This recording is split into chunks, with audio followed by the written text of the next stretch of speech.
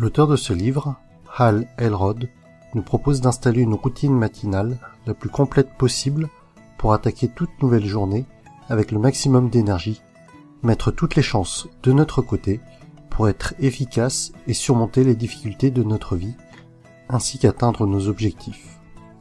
Alors, pourquoi une routine matinale ? Eh bien, il est communément admis que notre humeur du matin va donner le ton général sur le reste de la journée.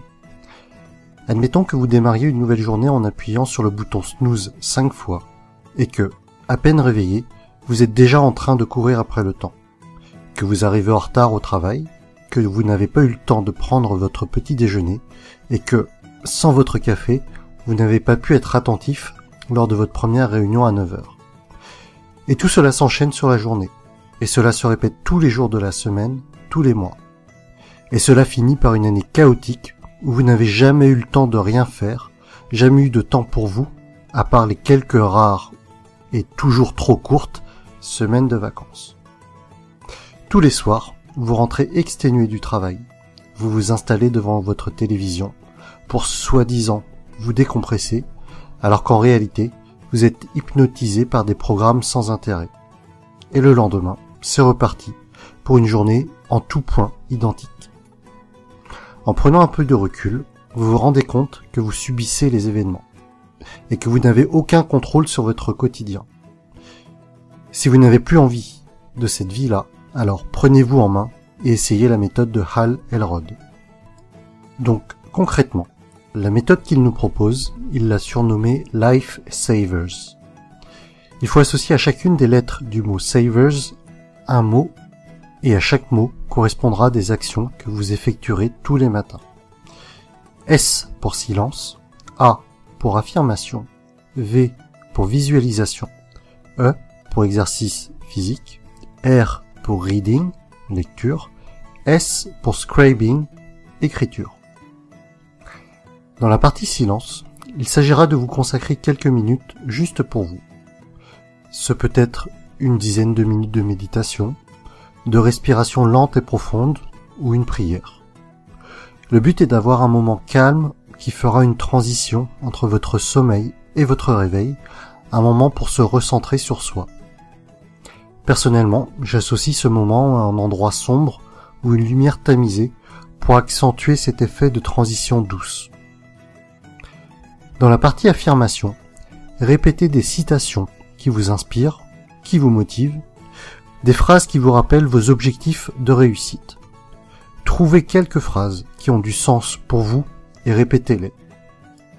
Dans la partie visualisation, visionnez votre futur, vos objectifs à atteindre avant la fin de la journée ou bien dans quelques années.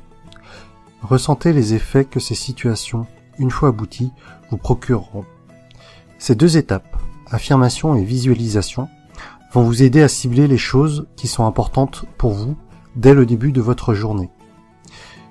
Si vous avez regardé ma vidéo sur le livre Réfléchissez et devenez riche de Napoleon Hill, la phrase que vous êtes écrite pourrait être répétée à ces étapes-là.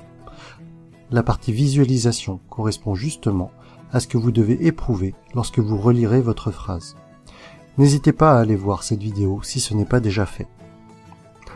La quatrième partie, exercice, correspond au moment où vous allez commencer à vous mouvoir physiquement, en faisant quelques minutes de sport.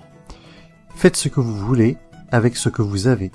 Si vous n'avez pas de matériel, faites des pompes, des squats, des abdos, de la course à pied, des burpees, des jumping jacks par exemple. Faire du sport régulièrement, même sur de petites durées, va être extrêmement bénéfique pour votre forme générale. Cela va sécréter de l'endorphine, une hormone de plaisir, qui vous fera énormément de bien. Reading. Lisez quelque chose d'inspirant ou qui vous formera d'une façon ou d'une autre. Le but ici sera d'apprendre tous les jours quelque chose de nouveau et qui vous rendra meilleur que le jour précédent. Scribing. Écrivez. Mettez à jour un journal de bord. Écrivez des choses positives, ce que vous retenez de bon de votre journée précédente. Les gens ont souvent une image ringarde, voire même enfantine, d'un journal personnel ou journal intime. Pourtant, Si vous axez ce que vous écrivez sur les choses positives qui sont en train de se passer dans votre vie régulièrement, cela va booster votre bonne humeur et cela vous forcera à vous concentrer sur les bons moments plutôt que sur ce qui ne va pas. Et voilà mon résumé de la méthode proposée dans le livre The Morning Miracle. J'espère que cette vidéo vous aura plu. Si c'est le cas, mettez-moi un pouce j'aime en bas à droite de la vidéo. N'hésitez pas à vous abonner pour suivre mon actualité et à bientôt.